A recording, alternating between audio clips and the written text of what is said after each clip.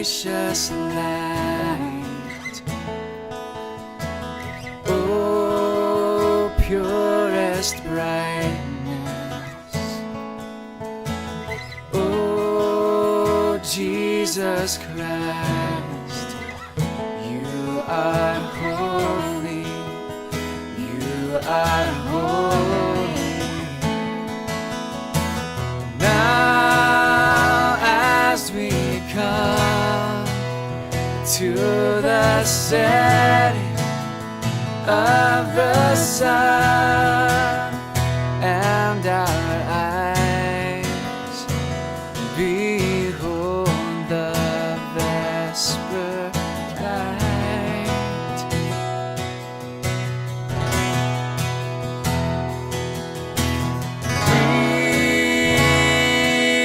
we sing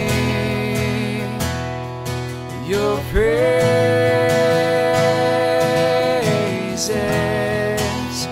Father, Son, Father, Son, and Holy Spirit.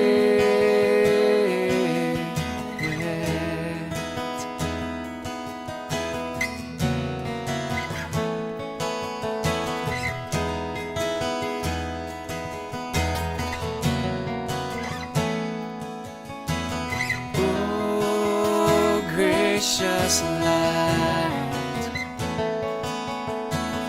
oh, purest brightness, oh, Jesus Christ, you are holy, you are holy.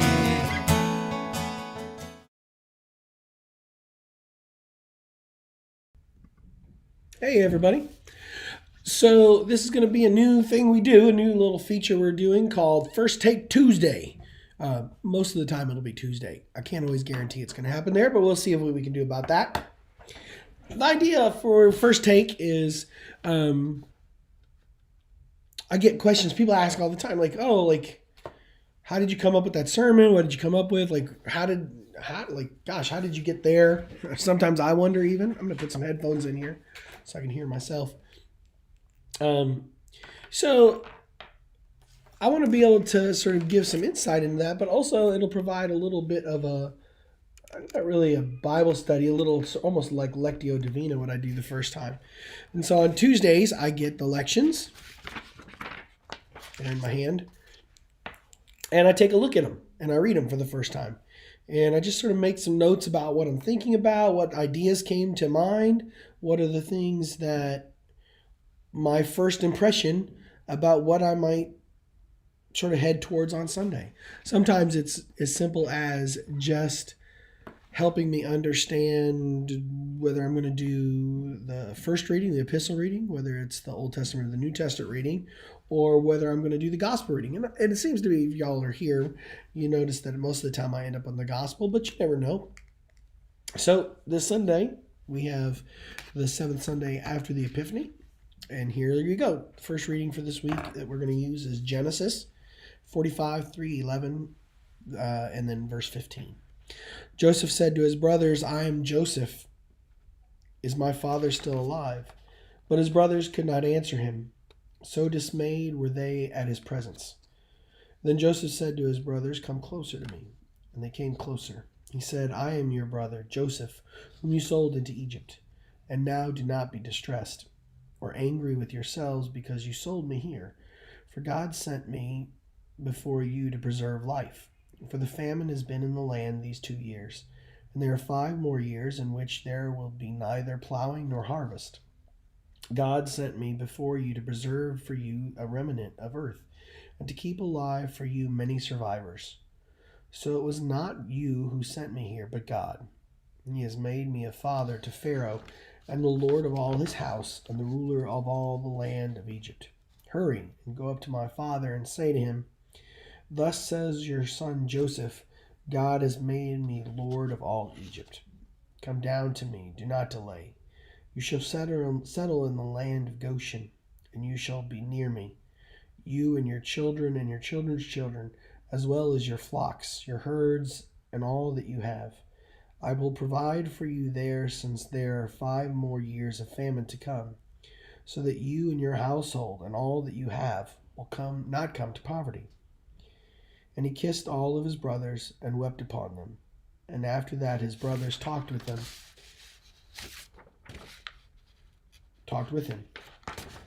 And that's the end. So,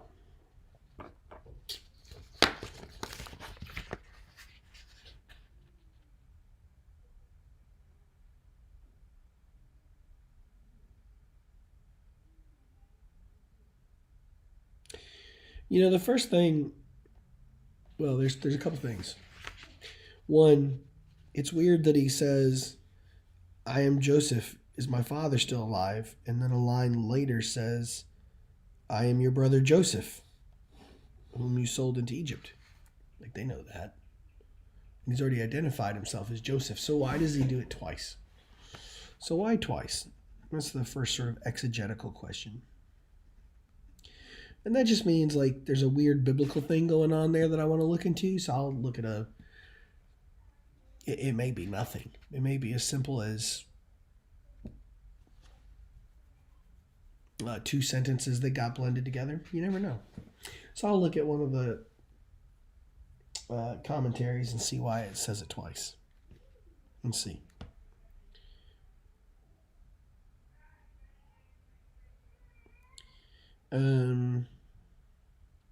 So that's the first weird exegete. This is not going to be the most riveting thing because I'm doing it on the fly.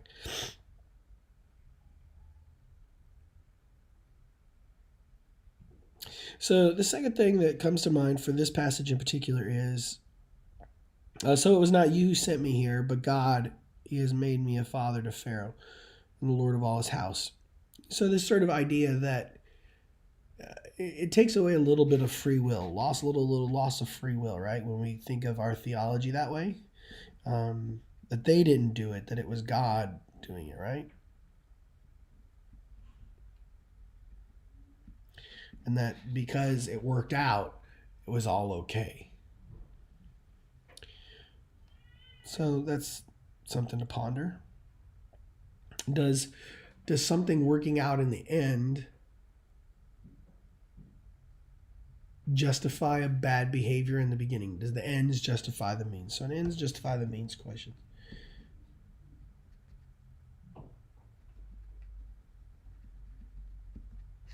It's weird. Nobody's watching right now, so I'm just talking to myself ostensibly. And then the last, I'll get to the next one, the overarching thing for me, as much as anything else, is that there's this weird, like, I always think with the Joseph story, in this passage we don't get the back stuff, but there's this weird sort of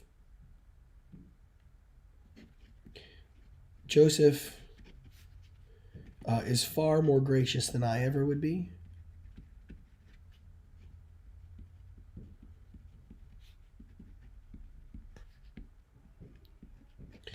Like, if my sister sold me into slavery, left me for dead, and then I became this,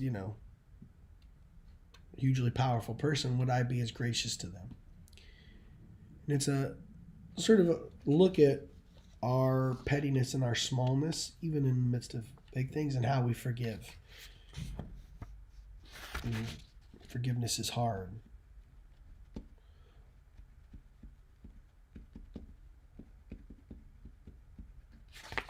Let's look at the gospel real quick. Sunday's gospel is Luke 6, 27 through 38. Jesus said, I say to you that listen, love your enemies. Do good to those who hate you. Bless those who curse you. Pray for those who abuse you.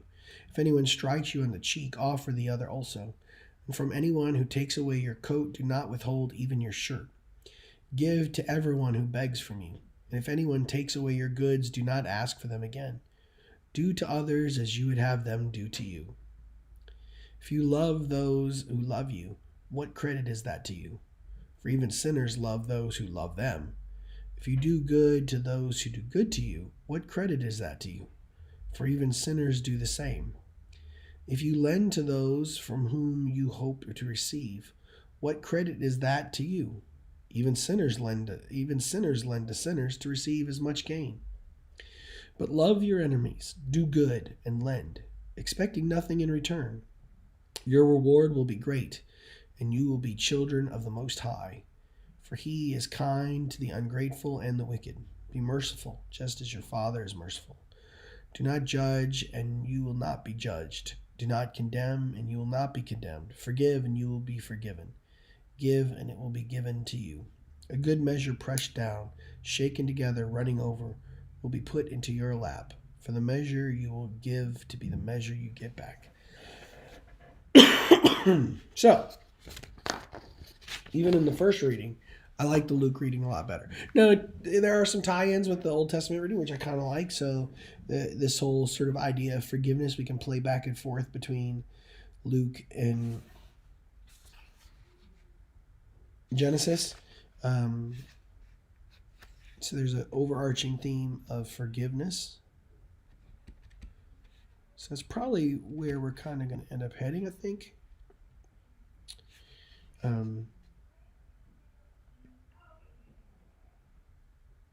I love this whole bit, right? At least this, like, that Jesus, if it was just liking the people you liked, I wouldn't have to tell you. That was very Bob Goff, sort of echoes that same phrase. I love that sort of idea that it's not it's not hard to love the people you love or forgive the people you love. It's to forgive the people who have really hurt you and really done you wrong. That makes it hard. So I like that. I like give to everyone who begs from you. That sort of concept we have been. I just talked a little bit about this past Sunday, and so there's a tie in there that's kind of interesting. There's a nice, easy, in a way. It's one of the things that I like about our faith. Like, it's super hard to do, but the concepts in this one are pretty straightforward. Love your enemies, and that may be where it ends up, right? Like, there's something to be said. Like, it became the golden rule because it became the golden rule, right? Do unto others as you would have them do to you. Gosh, it's so simple and so hard. But also, like, in the second paragraph, this sort of idea that, like, why you're doing it matters as well. I saw somebody was just popping into the room. I don't know if you comment, I'll respond. I like this idea that it's not just like why we behave matters. It's not just behaving, it's why we behave. And it's the opposite, right? Like, there's this sort of parallel opposite of two roads that run parallel but opposite directions. In Genesis, they do the wrong thing, but it works out okay. And in Luke, Jesus is almost saying why you do something is even more important than the outcome. And so he would seem to indict the guys in the first reading. And so I like the sort of play between those two things. And so that's kind of interesting to me. Nothing, at this point, I'm not really ever really looking for me, what my brain thinks about in preaching is like what will be the hook on Sunday? What's the story or the image or the movie or the book or the song? Like, what's the thing outside of the text? None of those are like popping into my head right now. But I do like the idea of this sort of two-way highway. Like, one is what we do,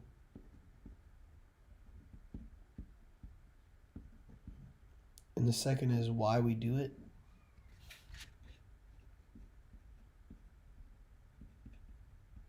And the whys almost matter more. So, yeah. Not as much exegesis on this second one, on this Luke reading, just because it's kind of straightforward in that capacity. Like, there's plenty to talk about, right? Like, we can get into who your enemy is. We can get into all those things.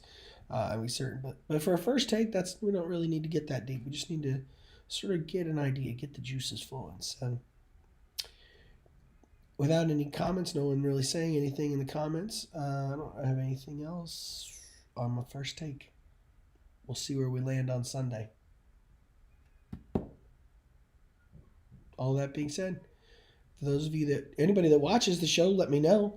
Anybody that like or comment, or let me know in the comments, or shoot me an email, text, whatever. I love hearing from you guys. Until next time. Till next Tuesday. Well, next Tuesday I don't preach, but I'll still probably do the readings for you. All that being said, until next week, as always, be good to yourselves, be good to each other. Most importantly, do good things. See y'all next week.